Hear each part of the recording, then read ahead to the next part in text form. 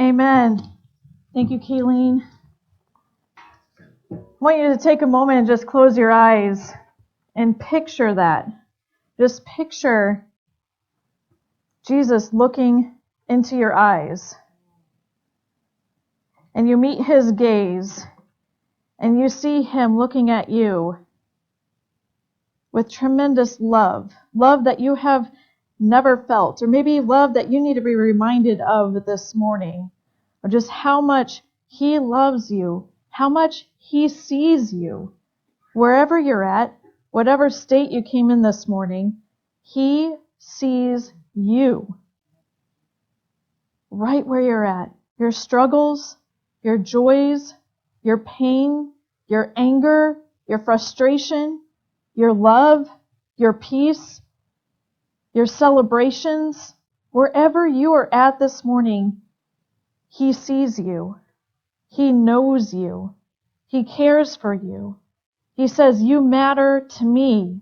You are loved by me. I died on a cross for you, and I live again, and I am preparing a place for you right now. As you gaze into my eyes, I love you. Sometimes we just need that reminder, church. We need that reminder to just stop. And in our mind's eye, to gaze into his eyes and just to be reminded of his love for us. God, we thank you for this opportunity that we have to be reminded of your love, to be reminded of how you see us and what you've done for us, and a reminder of what you have called us to. God, let the words that come out of my mouth not be my words, but your message for all of us to hear, and help us to respond with joy, with obedience, and with great faith. And it's in Jesus' name I pray. Amen. Good morning. It's good to be with you today, and this is the third week in our series on people of faith. And hopefully you brought a Bible with you. If you didn't, there's Bibles provided for you next to you, in front of you. You can take one of those. There's also digital Bibles. If you have that, raise them up. Let me see them. They're beautiful. This is God's Word. And let me know. I've got my Bible, PK. Fantastic, fantastic. Some of you brought it down before saying it. That's because I was a little slow on my roll there getting to that. I'm sorry, but there you go. I am so glad that you have this with you today. We are opening up in the book of Hebrews, chapter 11. We started a couple weeks ago, just kind of needing to define what faith is, right? If we're called to be people of faith, we need to define what it is. So a couple weeks ago, we took a look at the beginning part of the book of Hebrews and learned that faith is confident assurance in what is unseen. Confident assurance in what is unseen. And we are called today to be people of faith, to have this assurance in who we serve and what he is calling us to do in our lives. Last week we took a look at kind of the beginning of this hall of faith listing of people, everyday, ordinary people that just were faithful to obeying what God asked them to do in their lives. And we took a look at Abel, and we saw that we are called to be people of faith that are sacrificial givers, giving the first and the best of what we have. And today we're going to take a look at our next person in the series of people of faith that's right after Abel in Hebrews 11, chapter 11, verses 5 and 6. So if you want to put your thumb there, we'll get there in just a little bit. I have a question for you. Does anyone feel like pressure, like really busy? Anyone in this room just feel busy? Feel pressured? Maybe maybe we're not feeling it this week, but maybe there's some weeks, like think Christmas, right? There's a lot of pressure, or like big celebrations, a lot of pressure, lots of busyness, right? Well, I've noticed this in our society kind of with birthday parties. I don't know if you know what I'm talking about, but birthday parties have become more elaborate, more involved, more themed. And when we had Jillian just over 9 years ago, I had kind of been privy. I've gone to a couple of birthday parties and thought, man, these are just these crazy celebrations with themed snacks and stuff, and I wanted her birthday party to be the best. Her first year birthday party had to have a theme and had to have everything together. So we rented a pavilion at Lake Seminole Park, and we had a jungle safari theme, okay, with the animals and such. And I remember we had to have everything perfect. This is Jillian and I. See the cupcakes there? You can't really tell, but there's zebras and lions and monkeys, and we were literally up till like 2 a.m. with the Stevenses. They aren't here this morning. We were up till like 2 a.m. decorating each cupcake together for Jillian's first birthday party. We even had a student in our youth group at that time who had this like kind of life calling to be a performer, and the kind of performer like juggler, stilt walker, fire breathing, that kind of thing. You go to Pier 60, you see the people out there. He had this calling just to bring a smile to people's faces. And he said, I heard you're having a first birthday party. Why don't I come and do a little fire breathing for you? And so this is Noah doing some fire breathing at Jillian's first birthday party. It's fantastic, right? And he even was up on stilts. He was a giant man next to that little bitty Jillian on top of Pastor John's head, and there we are. It was a really beautiful day. It was a wonderful celebration with friends. I was looking at these pictures this week, kind of planning and thinking through the sermon, and Jillian walks in and sees the picture. She goes, "Who's that, Mommy? What's that?" I'm like, "That's you. That's a friend of ours that was a stilt walker at your birthday party, and he breathed fire and he juggled." And she's like, "Huh? I don't remember." Right? Okay? We had this big elaborate celebration. It was fun. It was tons of fun, but she doesn't remember a bit of it. And I remember every year afterwards, there was this incredible amount of pressure. Year 2 birthday party, I had to have a theme of bubble guppies. Year 3 birthday party, I had to have a theme. And it just continued. And for me, it didn't fill me. It drained me. I was like, okay, come on. Growing up as a kid, I remember getting together with family. We'd have cake. We'd have some ice cream. I could pick a meal, and they would sing a song. I get a couple of presents, and there we go. I felt loved, and it was my birthday. Now, there were those years, like Sweet 16, your 13th birthday, maybe double digits, something like that. You have a couple of birthdays that are maybe you get like a real fancy, like this is a big deal kind of party, right? Now, I'm not here to shame anyone who likes to do this. That's fantastic. I have a lot of friends that love to do it, and it fills them. They just are very creative people. They just get something, a lot from it.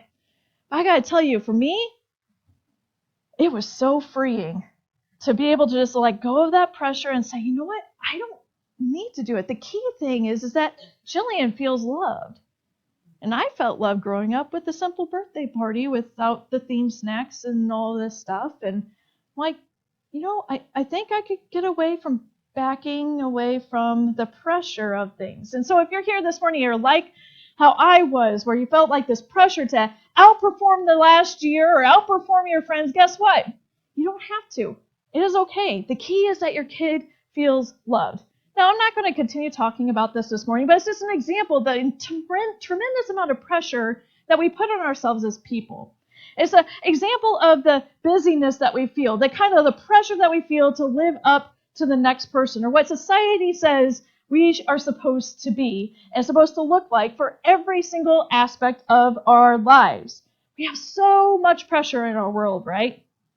So much noise, visible, audible. We have billboards. We have social media. We have the news. We have the newspaper. If you still get the newspaper, you can look at the newspaper online if you want to. You have the noise of family. Sometimes it's good. Sometimes it's not as good. Sometimes you have just the noise of traffic and horns and sirens. And you have all TV and shows and movies and everyone saying, this is what you have to do. This is what you shouldn't do.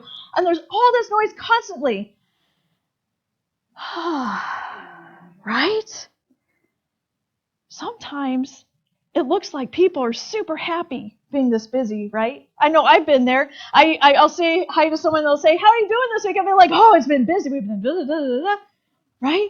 People seem like super happy being super busy. And what happens, though, is we're busy people, And then we look at what other people are doing, and then we kind of go, oh, well, I'm not good as that person. I'm not a good enough spouse. I'm not a good enough employee. I'm not a good enough parent. I'm not a good enough grandparent. I'm not a good enough citizen. I'm not giving back enough. And then all of a sudden, we're like, ah! And instead of stopping and looking and evaluating our lives, we go, well, maybe I just need to do more. So we fill our tables even more with all of this stuff. As a society, even if you may not feel the pressure this morning, as a society, when you look around, you can see that we're a culture that's addicted to being busy. And those that are in retirement are not exempt from this. I've heard from countless retirees that say, I just don't know how I did all I used to do anymore. I can't find any time to do what I'm being asked to do, right? I think that for some of us, the phrase, we're so busy, man, I've had a busy week, is actually in reality a cry for help. We don't know how to stop. We don't know how to give ourselves permission to back off and to let go of the pressure. We really desire to have more time to rest, to just sit, to dream, to imagine. I love conversations with my grandma, imagining a different day where people were working hard, but they had more time. And inevitably, we all would love to spend a little bit more time with God, right? And this is where being people of faith comes in. Because being people of faith means that we stand out from the norms of society. We aren't like everyone else. We don't have to succumb to the pressures around us. Instead, we take a stand. We ignore the status quo and societal pressures around us because we're not meant to mimic everything around us. We're supposed to stand out. You see, but this isn't always easy because the pressure is there. It's a real thing. But it is doable. It is doable, and it's a goal that we can all work towards achieving. And there's a man of faith in the book of Hebrews. It's a fascinating story. We don't know much about this man. And it's a very short little glimpse into his life, but I feel like we can learn a lot just from a couple of verses about his life on how we can live our lives today. So, it's a man of radical faith, and his name is Enoch. And Enoch, we hear of him first in Genesis chapter 5, and it mentions his story very briefly. Enoch lived for 365 years, 300 of which he walked faithfully with God, and then he was, quote, no more because God took him away. What? Wait a second. First of all, he lived a long time, but the bigger what is God took him away? He didn't experience death? Let's open up Hebrews 11, 5 through 6, and hear what this has to say about Enoch. It's crazy. You see, by faith, Enoch was taken from this life so that he did not experience death. He could not be found because God had taken him away. Now listen to this. For before he was taken, this is what we need to learn, right? He was taken away. We need to know why. So, for before he was taken, he was commended as one who pleased God. And without faith, it is impossible to please God. Because anyone who comes to him, must believe that God exists and that God rewards those who earnestly seek him. Here's Enoch. He lives in a world where there's distractions too, different distractions at his time. And what does it say? It says he was one who pleased God. How do you please God? Faith. Faith. Must believe. He believed in God. And not only that, he earnestly sought the Lord. You see, this morning, we too are called to be people of faith who earnestly seek the Lord. Enoch just didn't walk through life and just kind of whimsically get tossed and blown by whatever the new thing was. Maybe for the first 65 years of his life he did, and the next 300 he got it right? Earnestly seeking God means that we seek him with sincere and intense conviction. We take this relationship, this faith thing with God seriously. Seriously. And in this world where we're so busy, in this culture that we live in, where we're so busy, we have all the pressure. This means that we actually have to step back and think about how we are living. We have to step back and intentionally live our lives. This, to earnestly seek God, means to intentionally live. To not just get blown along and just kind of go, walk through life and whatever life brings me, squirrel and squirrel. I don't know if you're familiar with that movie, the movie Up, with the little squirrel moment and the dog and whatever. Anyway, bottom line is we don't get distracted by everything that just comes our way, and we meander through life without any purpose, without any intention, without any planning, because in our culture it takes planning and intentionality to earnestly seek the Lord. Otherwise, we get distracted. It's a trick of the enemy to get us distracted so that we no longer have the time, or we don't think that we have the time to seek the Lord. In order to do this, in order to intentionally live, in order to earnestly seek the Lord, we have to choose the best yes in our lives. There are lots of great things in our world that we could do, right? Everyone can agree. There's lots of great opportunities, lots of good things to do in the world. But the first thing we're called to do is to earnestly seek the Lord. People of faith are called to earnestly seek the Lord. And sometimes that means we have to choose the best yes. There's a lot of things we can say yes to, but we have to choose the best yes in order to truly seek the Lord. When we do this, we have to take a look at our priorities in life. And we have to step back and think about, what do we think about most of the time? What consumes our thoughts? What consumes our time? What do we spend our time devoted to? Where do we spend our money? Those things are very telling of the priorities of our life. In order to earnestly seek the Lord, we have to get our priorities in check in order to know what to say yes to, in order to allow God to show us what we need to say yes to. Because sometimes when we look on what's really on the center of our heart and center of our lives, where we're focused on the most, sometimes if we're honest, God isn't there. It's our spouse, it's our money, it's TV, it's whatever it is, that's on the center. And we have to stop. We have to think, where are we focused in our life? We have to get God back on the throne. See, Enoch lived in his life and he pleased God. He earnestly sought him. God was in the center of his life. In order to know what God wants, that has to be the priority. God has to be the priority in our lives. We also have to make the time. In order to choose the best yes, we have to make time to earnestly seek God. We have to draw away. Now, this is tough in a society as you have to do this, that, and the other, be totally filled in your schedule, and you don't have time. You can't sacrifice something that you're already doing because you're committed. Once you're in, you can't get out, right? That's how we feel as a society. Once you're committed to something, you can't get out. But maybe it's the wrong something, and maybe the better something is to make time to spend with God. Maybe the better something is to be here in church on Sunday morning. Maybe the better something is to be at church Wednesday night, pouring into other people, serving other people. Maybe the best thing is serving in the church and outside of the church for Jesus' kingdom. You see, I think it's also making time to do nothing.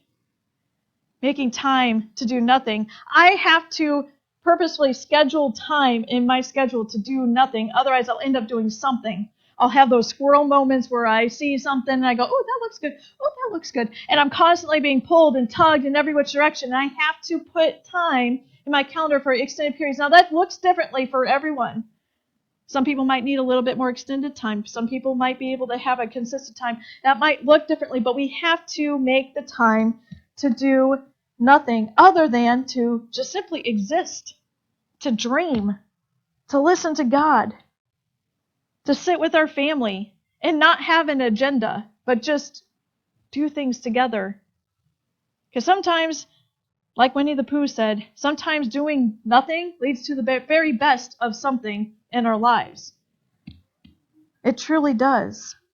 I found that when I reprioritize my life and I seek the Lord at church, and when I sacrifice other things that I could do that are good things, fun family things to serve together with our daughter at church or at different functions, when I make the time, like I did this past week, or I put into my schedule time to do nothing other than have my Bible, worship music, and a journal, and go out in nature and just sit in God's presence presence or walk in his presence and seek him, something magical happens in my life.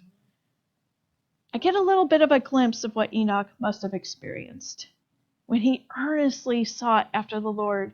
Because that magical something that happens is I can breathe. The air becomes less thick, literally.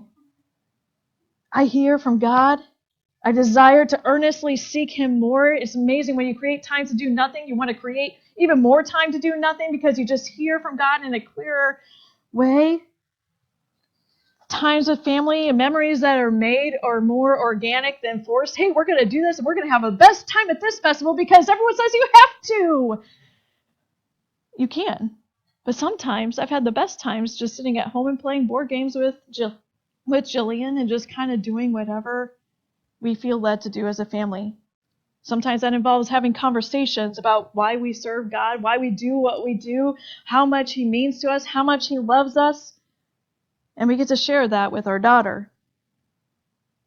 We get to share that with our families when we do this. You see, we are happy and more joyful when our priorities are right, when we have adjusted our schedule to draw close to God, to serve him, and to just simply be in the moment without any pressure to perform or conform. It's in these moments that I feel like I experienced just a bit of what Enoch experienced when he walked with the Lord. He didn't get distracted. He intentionally planned the time. He kept his eyes on God. He didn't get distracted by things, and he said, whatever you want, I want to please you in everything. And we have to be intentional about it, even more so today. This involves sacrifice. Sometimes we get our schedule so full and we look at it and we go, I just don't have time to schedule nothing. That's where we have to go back to priorities and we go, you know what? We have to take a look at the priorities in our lives. And we have to be willing to let go of some things in order to gain the best thing, in order to gain the best yes. Because what happens when we do this, and when we have those times where we can draw closer and near to the Lord, what happens is that his Spirit ministers to our soul. He reminds us of who we are, like we prayed in the beginning. We see the love in his eyes. We see what he has done and continues to do for us. We are reminded of his blessings. We are reminded of our calling. We are reminded that we are chosen. We are reminded that we need to be a disciple who makes disciples. Because when he fills us up and we experience the joy of the Lord, we can't help but share the good news of what Jesus is doing in our lives. Just like going to a restaurant and having the best melt in your mouth steak you've ever had. You go and you share with your friends, right? You say, man, you got to go check out this restaurant. I just had this steak. It's fantastic. Or whatever floats your boat as far as the food world is concerned, right? Or we see a new show and we go, man, this show is amazing. I got to share this with a friend. Or, all right, probably the ladies in the house, Hallmark Christmas movies. They just started this week, right? Okay? And you watch that movie, you're like, woohoo! I get my pajamas on, I watch Hallmark, and you go and you share with a friend. Well, guess what? More than a Hallmark Christmas movie, more than a steak, more than a new TV show, more than sports, more than work, more than anything else, more than sports, Pastor Bob. More than sports. Hey, Jesus does so much for us. And when we take time to earnestly seek him and he pours into us, we were reminded of that because we're so distracted by everything else. When we are reminded of that, that should be the greatest joy that we share with those around us. And that is how people come to know who God is. We are called to be a disciple who makes disciples, who makes disciples. It's a command. Matthew 28 says, go and make disciples. When we don't live with intention, when we are earnestly seeking the Lord, we are just hoping that people catch on to our faith by how we live. Our actions will show and people will ask us and magically they'll become a Christian. Now, this is a great way to witness. I'm telling you, live your life right. Seek the Lord and he will show you how you're supposed to live. But there are lots of good people in this world that do lots of amazing things. Out of what is here comes out here. Okay? I think living our life right and living by example is great witness to who Jesus is. But God wants us to just naturally overflow with his goodness. And I believe that Enoch lived that way. He earnestly sought the Lord, and people saw this. They knew that he pleased God. They knew that he loved God. And we're called to do the same thing. This can be intimidating, I know. Sharing what good God is doing in our lives can be intimidating. And I think it starts here in our church. Within these walls, we need to be encouraging one another because disciples need to encourage disciples. And if you're here this morning and you love Jesus, you're a disciple. If you've chosen him for your life, you're a disciple. We need to encourage one another. Now, if you aren't awake yet, you're going to wake up because I have an exercise for you. Right now, every day, God does something good in our lives. Every day.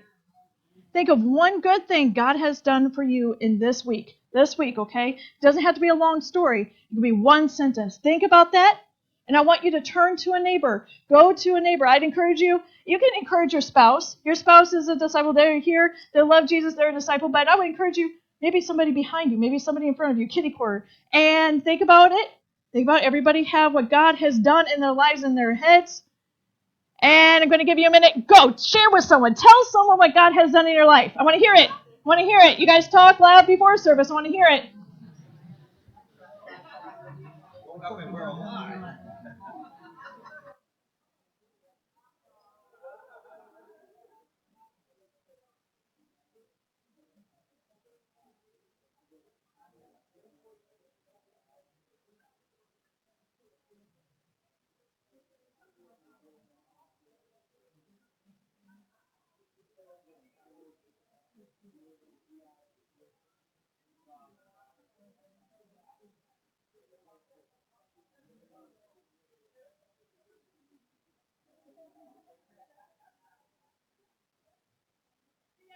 I think what's happening is good, and you can keep sharing as I start to continue here.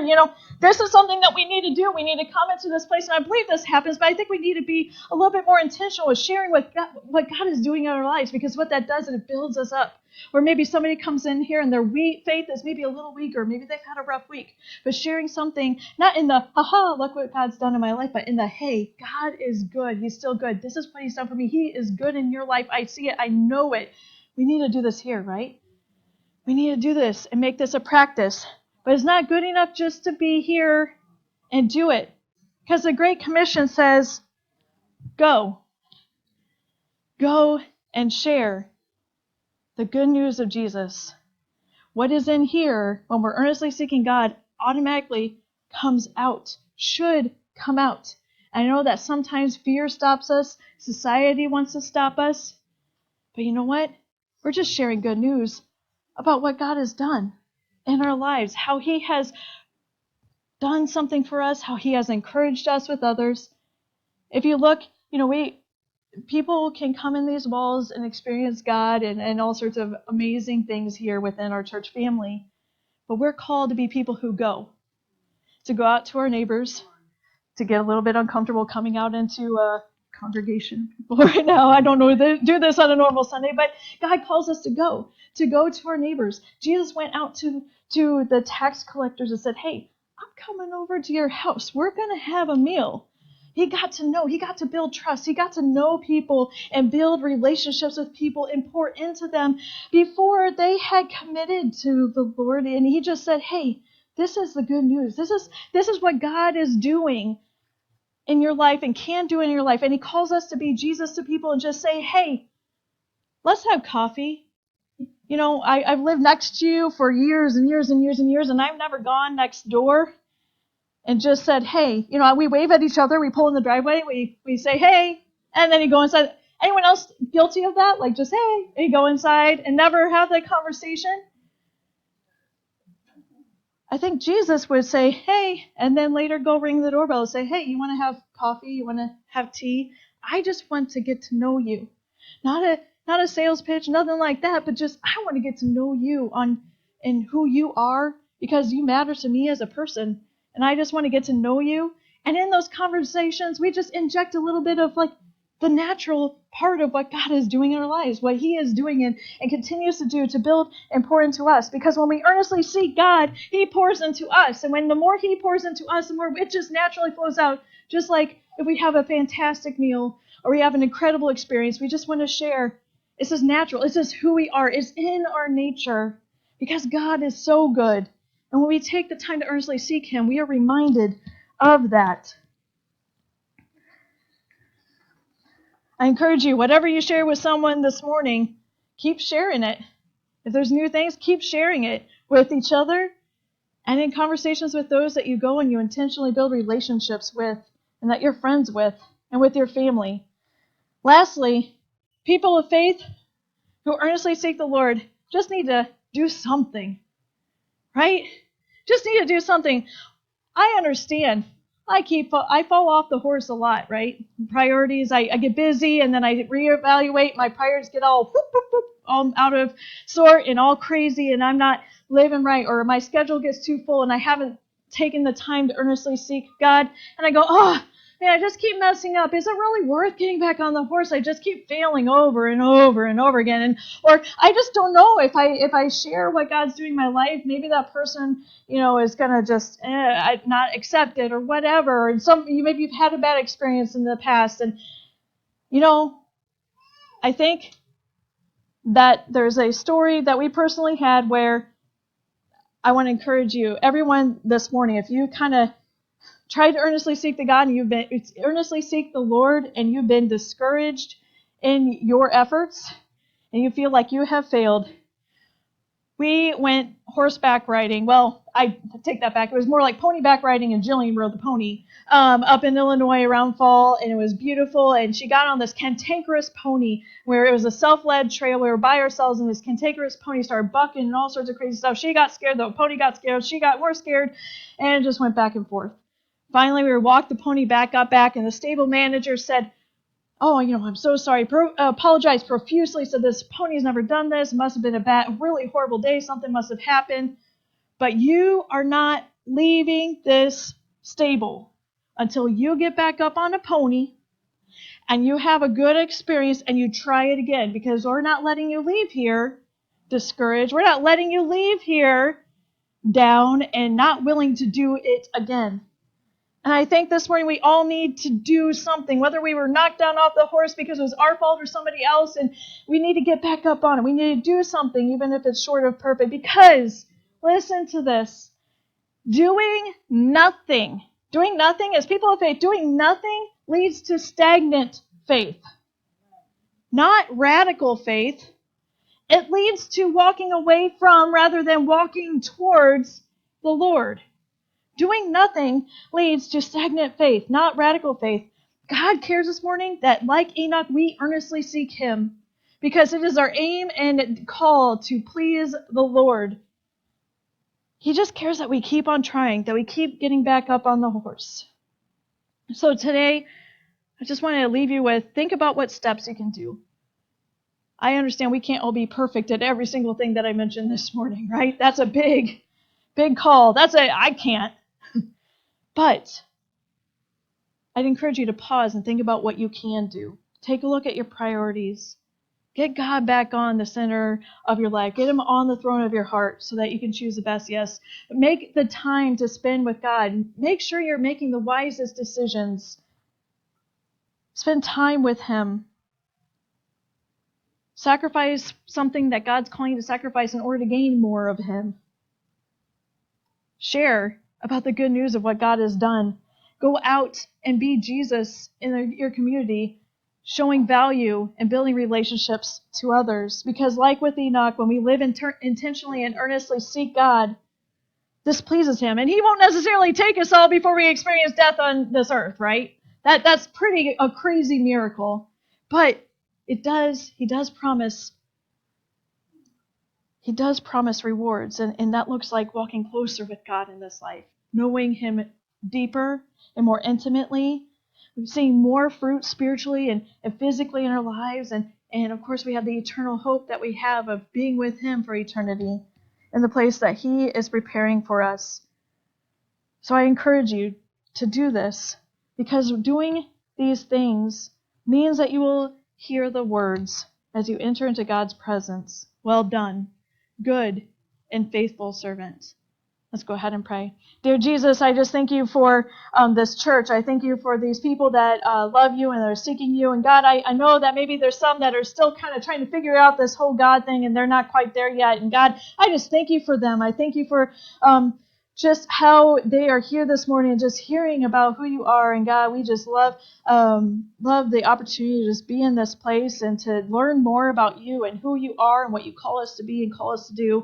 And God, I just thank you that you give us these opportunities just to seek you, that you care enough about us that we would pursue you, that we learn more about you, that we would seek after you, and that you desire to spend time with us, reminding us about how much you love us. And God, I pray that you would give us the courage to get back up on the horse, the courage to look at our priorities and get those right, the courage to sacrifice things that maybe we need to let go of so we can have more of you, the courage to share just naturally what's in our nature as people of faith, the good news about what you are doing in our lives. God, be with us. Give us the courage. Fill us up so that we may be able to pour out just the joy of who you are with those we encounter. I just pray that you would encourage those in here today just to be earnest seekers of you. It's in Jesus' name I pray. Amen.